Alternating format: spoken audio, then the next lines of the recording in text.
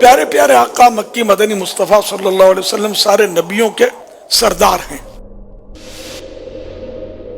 امام الانبیاء ہیں۔ تو اس کا اظہار شب معراج یوں بھی ہوا کہ پیارے آقا صلی اللہ علیہ وسلم کی معراج ہوئی، اور وہ اس طرح کے سارے انبیاء کرام علیہ السلام صف بستہ تھے مسجد اقصی میں، امام کا انتظار تھا۔ پھر جب امام تشریف لے آئے، یعنی امام الانبیاء محمد مصطفیٰ صلی اللہ علیہ وسلم، جبریل امین نے تکبیر کہی اور میرے آقا صلی اللہ علیہ وسلم نے امامت فرمائی سارے نبیوں کی، یعنی جو سب نبیوں کے بعد تشریف لائے۔ تو اس کے معنی یہ نہیں ہے کہ سب سے یہ مرتبے میں بھی پیچھے ہیں، نہیں، مرتبے میں سب سے آگے۔ تو یہ معراج کی شب میں اظہار ہوا۔ میرے آقا اعلیٰ حضرت رحمت اللہ علیہ اس کو بڑے پیارے اور چھوٹے انداز میں منظوم طور پر بیان کیا ہے۔ نماز اقصی میں تھا یہی سر، ایام معنائے اول آخر، پیچھے سب دست بستہ حاضر، جو سلطنت آگے کر گئے تھے، پیچھے سب دست بستہ حاضر، جو سلطنت آگے کر گئے تھے۔ یہ سارے نبی پیچھے ہاتھ باندھے گئے، دست بستہ مانے ہاتھ باندھے ہوئے یہ کھڑے تھے کہ یوں تو پیارے آقا صلی اللہ علیہ وسلم ہیں اول، لیکن آئے سب سے آخر میں، یعنی اظہار نبوت آخر میں ہوا۔ اول آخر کے معنی ظاہر ہوئے، آئے سب سے پیچھے اور آخر امامت کی صف پر سب سے آگے کھڑے ہو گئے انبیاء کرام علیہ السلام پر، اور امامت کا مسلح آپ کو عنایت ہوا اللہ رب العزت کی طرف سے۔ ایک یہ، دوسرے یہ کہ پیارے آقا صلی اللہ علیہ وسلم کو کفار نے بڑا ستایا، بہت ستایا، اور خاص کر اس رات کو بھی آپ کو بہت ستایا تھا۔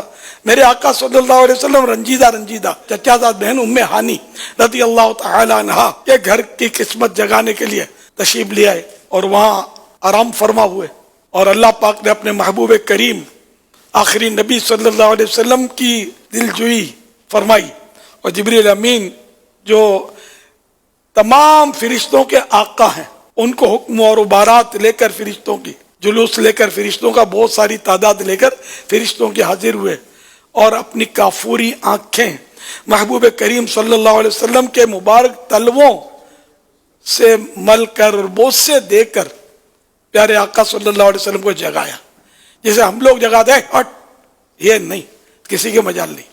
فرشتوں کا آقا بھی قدموں کے تلوے سے آنکھیں مل کر اٹھا رہا ہے، پھر پیارے آقا صلی اللہ علیہ وسلم نے آنکھیں کھول دی۔ یہ ذہن میں رکھیے گا کہ نبی کا دل نہیں سوتا، نبی جب بھی سوتے ہیں تو ان کی صرف آنکھیں سوتی ہیں، دل جاگ رہا ہوتا ہے۔ دل ایک لمحے کے کروڑویں حصے کے لیے بھی نبی کا غافل نہیں ہوتا۔ خیر، پیارے آقا صلی اللہ علیہ وسلم نے آنکھیں ظاہری جو بند تھی وہ کھل گئی، اور جبریل امین نے ہاتھ باندھ کر عرض کی کہ آقا تشریف لائیے۔ پھر آپ کو دولہا بنایا گیا اور براق جنت سے لایا گیا۔ جنت کا براق بھی بڑا خوش نصیب، بہت سارے براق تھے، ان میں آپ نے ایک براق منتخب کرنا تھا محبوب کی سواری کے لیے، اور ہر براق متمنی تھا کہ آج محبوب کریم صلی اللہ علیہ وسلم مجھے سواری کے لیے قبول فرمائیں۔ ایک براق جو تھا وہ کونے میں سر جھکائے رو رہا تھا، تو آپ نے اس سے کہا کہ آج تو خوشی کا موقع ہے، تم رو رہے ہو۔ جبریل امین نے اس سے فرمایا رو کیوں رہے ہو؟ تو اس نے کہا کہ ہوا یوں کہ مجھے پتا چلا کہ محبوب کریم صلی اللہ علیہ وسلم کی سواری کے لیے اتنے سارے براقوں میں ایک براق کا انتخاب ہونا ہے، تو مجھے بڑا جذبہ ہے، میں بھی چاہتا ہوں، لیکن مجھے یوں لگتا ہے کہ میری حیثیت کیا ہے کہ مجھے منتخب کیا جائے گا۔ تو یہ کہ جو روتا ہے اس کا کام ہوتا ہے۔ حضرت جبریل امین نے اسی پر ہاتھ رکھ دیا کہ تو ہی چل۔ خیر، تو اسی براق کو لے لیا گیا، اور دیکھتے ہی دیکھتے اس میں بہت سارا حسن و جمال پیدا ہو گیا، بہت خوبصورتی میں اضافہ ہو گیا اس کے، اور وہ براق جو تھا بارگاہ رسالت میں حاضر ہوا، اور میرے محبوب صلی اللہ علیہ وسلم اس پر سوار ہوئے، اور یوں سفر معراج ہوا۔ اور یہ کسوٹی تھی صادق اور کاذب کی، یوں بھی کہہ لیجئے کہ جب معراج کا واقعہ ابو جہل نے سرکار صلی اللہ علیہ وسلم کے تعلق سے حضرت ابو بکر صدیق کو سنایا، اس صدیق کا لقب اس وقت نمایاں نہیں تھا، اور یہ سوچ کر سنایا کہ اب تو یہ بھی انکار کر ہی دیں گے، یہ ہر بات کو مان لیتے ہیں، آج نہیں مانیں گے۔ یہ کہ یہ کس کی عقل میں آتا کہ رات کے معمولی سے حصے میں مسجد اقصی پہنچے، مسجد الحرام سے، کعبہ شریف سے وہ مسجد اقصی پہنچے، یہ کیسے ہو سکتا ہے؟ بہت لمبا سفر ہے، وہ بیت المقدس مکہ شریف سے بہت زیادہ دور ہے. پہلے وہ ہوائی جہاز بھی نہیں تھے، ہوائی جہاز میں بھی کیا راکٹ بھی اتنی جلدی نہیں پہنچ سکتا. آن کے آن میں کیسے پہنچ گئے. اور پھر صرف اتنا نہیں، آسمانوں پر بھی گئے، ساتوں آسمانوں کی سیر، پھر جنت کی سیر، پھر جنت میں رہتے ہوئے دوزخ پردے اڑ جانے، دوزخ کو دیکھنا، اور یہ عجائب و غرائب وہاں دیکھے اتنے سارے. اور یہ سب ابو بکر نہیں مانیں گے. تو اس نے خوشی خوشی حضرت ابو بکر رضی اللہ عنہ کو یہ بتایا کہ اب تو بھائی تمہارے جو صاحب ہیں، تمہارے دوست، تمہارے ساتھی یا تمہارے بزرگ اب تو یہ بالکل ایسی سی باتیں کرنے لگے.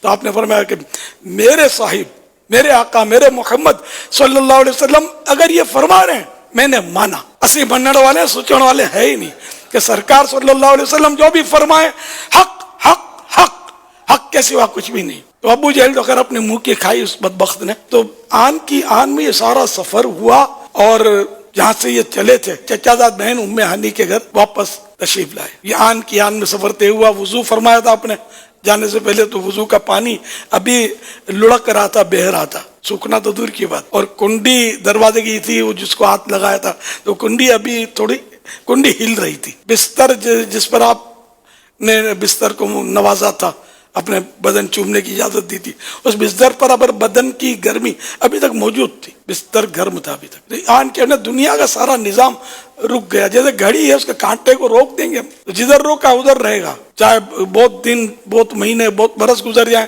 کانٹا وہی رہے گا. تو یوں سمجھو دنیا کی جو گردش کا کانٹا جو تھا وہ رک گیا تھا، باقی نظام جو تھا اللہ نے چاہا جس کو وہ چلا. پھر جب آپ تشریف لائے تو پھر وہ کانٹا سمجھو تھا، وہ اللہ کے حکم سے پھر دنیا کے نظام کا کانٹا چل پڑا. پھر تو اللہ پاک ہر شے پر قادر ہے، قدرت ہے. تو یہ معجزہ ہے. معجزہ ہوتا ہی ہے کہ جو مطلب عقلوں میں نہ آئے. ہماری عقلی دلیل سے تو یہ ثابت کر ہی نہیں سکتے اس کو ہم، سمجھے کہ یہ عادتاً محال ہوتا ہے، یعنی عام طور پہ یا معمول میں ایسی چیزیں نہیں ہوا کرتی. یہ اللہ کی شان ہے. اپنے محبوب کو اس نے معجزہ دیا، اور پھر اس کے ذریعے اور حکمتیں، جنت کے حالات دیکھ کر ہمیں بتائے جنت میں یہ انعامات ہیں اور فلاں فلاں کے لیے ہیں. جہنم کو دیکھ کر ارشاد فرمایا کہ اس میں فلاں فلاں عذابات ہیں. پھر کسوٹی ہے، جس کا ایمان جتنا مضبوط ہوگا اتنا جلدی اس کو تسلیم کرے گا. آج بھی عقل کے گھوڑے دوڑانے والے ملیں گے آپ کو کہ جو مطلب اس پہ کلام کرتے ہیں، بعض اوقات تو بیانات داغتے ہیں اپنے کہ یوں نہیں، اور معراج اتنی تھی تو اتنی تھی، تو خواب میں تھی تو فلاں تھی، تو یہ کرتے رہتے ہیں. تو یہ ان کے نصیب اسی منن والے ہیں کہ بیداری میں ہوئی، جاگتے ہوئے. معراج خواب میں ہوتی تو پھر وہ کوئی کمال اتنا بڑا نہ مانا جاتا نا. بیداری میں، جاگتی حالت میں معراج ہوئی. پھر یہ کہ سب سے بڑا اعزاز معراج کی رات میرے آقا آخری نبی صلی اللہ علیہ وسلم کو یہ عطا ہوا کہ جاگتی حالت میں اپنی آنکھوں سے اللہ پاک کا دیدار کیا. اور یہ صرف اور صرف یہ میرے پیارے آخری نبی مکی مدنی محمد عربی صلی اللہ علیہ وسلم کی خصوصیت ہے. اور کسی بھی نبی نے، نہ کسی ولی نے جاگتے میں اللہ پاک کو دیکھا ہے، نہ وہ اب دیکھیں گے. البتہ وہ جنت میں ہم پیارے آقا صلی اللہ علیہ وسلم کے صدقے میں ہم غلام بھی دیکھیں گے. لیکن اب تک دنیا میں دیدار جو تھا یہ صرف پیارے آقا صلی اللہ علیہ وسلم کی خصوصیت. یہ بھی عظیم الشان معجزہ ہے. اور معراج جو ہے، معراج کا جو واقعہ، اس میں ہزاروں معجزات، میں نے کڑیوں سے کڑیاں ملی ہوئی ہیں. قدم قدم معجزہ ہے الحمدللہ. تو پھر پیارے آقا صلی اللہ علیہ وسلم نے کہا کہ فوراً جیسے دنیا میں بالکل کانٹا رکا ہوتا تشریف لے آئے. اعلیٰ حضرت جس کو یوں فرماتے ہیں، خدا کی قدرت سے چاند حق کے کروڑوں منزل میں جلوہ کر کے ابھی نہ تاروں کی چھاؤں بدلی کہ نور کے تڑکے آ لیے تھے. نہ اللہ کی قدرت کے معراج کی رات کروڑوں منزلیں آپ نے طے کی. یہ کروڑوں لاکھوں یہ ہوتا نا، اس سے مراد وہ کہ بہت ساری منزلوں میں اور بہت سارے مقامات کی آپ نے سیر کی، بہت سارے عجائبات و غرائبات آپ نے دیکھے.